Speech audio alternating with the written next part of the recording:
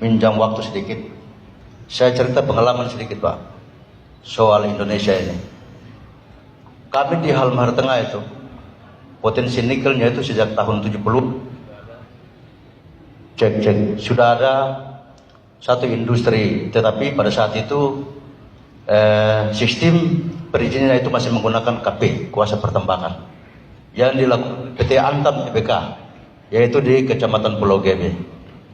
Dan setelah pasca tambang di tahun 2005, Gebe itu gelap gulita, ekonomi tidak tumbuh di sana, karena memang sistem pada saat itu adalah sistem sentralistik yang tidak sama dengan saat ini.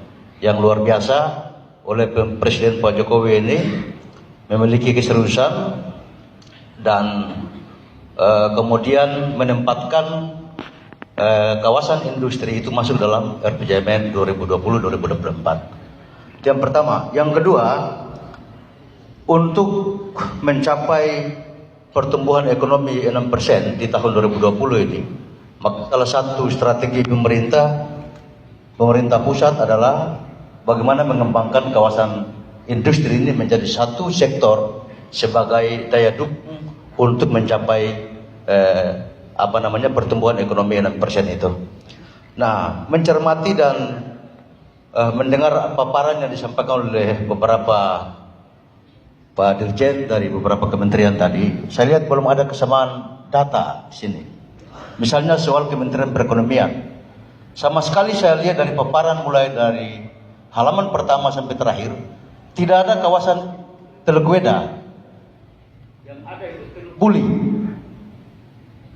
Nah, ingin saya sampaikan bahwa yang saya dengar dari beberapa dirjen tadi itu adalah kawasan Telegueda, sementara di Kementerian Perekonomian itu Teluk Buli. Ini yang saya sarankan untuk juga bisa disamakan soal data itu. Nah, yang berikut dari Kementerian PUPR, ini luar biasa, program yang begitu banyak saya lihat. Tetapi saya sama dengan Wali Kota Palu, ada pembahasan khusus antara pemerintah daerah yang memiliki kawasan industri dengan kementerian-kementerian terkait misalnya. Nah, kami di Halmahera Tengah itu ada kawasan industri Telegueda itu ada PT Weda Bay Nikel dan industri Weda Bay Indonesia, PT IWIP namanya, seperti di Morowali. Tahun 2018 oleh Pak Menko Maritim bersama Pak Menteri Perhubungan datang di Halmahera Tengah, khususnya di Telegueda, melakukan pemancangan tiang pertama pada saat itu. Dan saat ini pengembangan progres pembangunan industri itu sudah berjalan. Target di awal 2020 itu sudah mulai ekspor atau produksi. Nah, yang menjadi masalah di kita adalah soal jalan dan jembatan, Pak Dirjen. Saya lihat tadi paparan itu soal lokus tadi itu di kawasan industri Telegueda belum ada di situ. Jadi tolong ini diperhatikan bagaimana mendukung prioritas nasional soal kawasan industri kalau kementerian terkait juga tidak diiringi dengan sebuah kegiatan, program kegiatan yang bersentuhan langsung dengan industri itu sendiri. Oleh karena itu di tempat ini saya mohon Pak Dirjen, kami diundang untuk ada pembahasan khusus. Karena jalan yang dilalui oleh para karyawan dari dan ke kawasan industri itu jalan strategi nasional, Pak. Bukan jalan yang non status atau menjadi kewenangan pemerintah daerah dan pemerintah provinsi, bukan. Tetapi dia menjadi jalan strategi nasional yang dilalui oleh tenaga kerja dari dan ke kawasan industri itu sendiri. Sehingga tolong ini dimasukkan dalam program Kementerian PUPR. Yang kedua, saya mohon maaf ini. Yang kedua soal bagaimana sektor pendukung lain misalnya, soal ekonomi, pertanian dan sebagainya. Di kawasan industri Telegueda itu diapit oleh 3 sentra ekonomi transmigrasi di sana.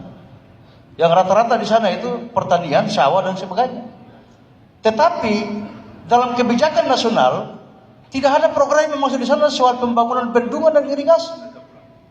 Bagaimana mendukung sektor yang satu ini, pertanian, khususnya sawah, Tapi kemudian tidak didukung dengan program nasional yang masuk ke sana.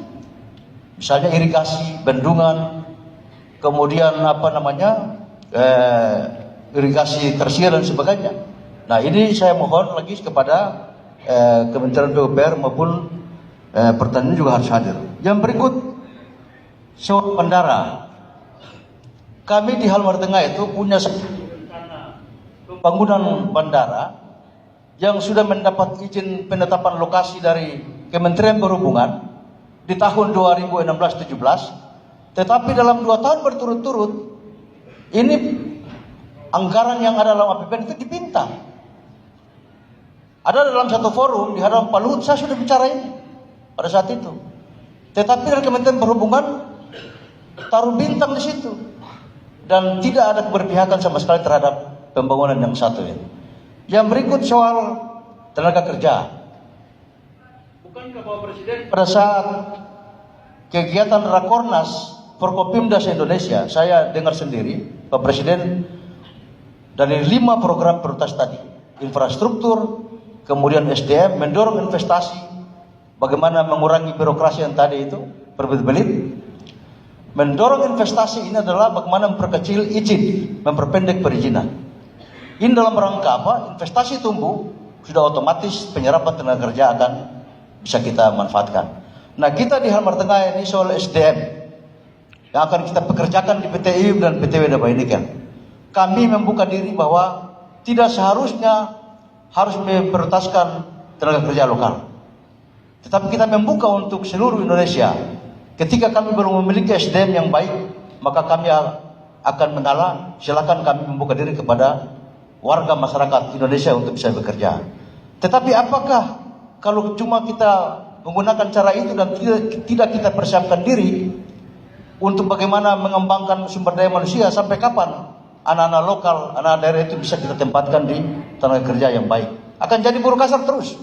Oleh karena itu di tempat ini saya mohon kepada Kementerian Perindustrian, ini juga sudah pernah saya sampaikan salah satu direktur yang datang ke sana dari Kementerian Perindustrian, agar di Halmahera Tengah itu harus dibangun satu perguruan tinggi yang namanya Politeknik. Nah, kami sudah usulkan itu sejak tahun 2017, cuma sampai saat ini belum ada respon juga. Jadi terakhir saya mau tutup bahwa teori itu gampang, Pak. Tapi pada tataran implementasi, ya ini butuh tantangan yang luar biasa dan butuh kerjasama di antara kita, baik kementerian, pemerintah pusat maupun kami yang ada di pemerintah daerah. Sekian dan terima kasih. Assalamualaikum warahmatullahi wabarakatuh.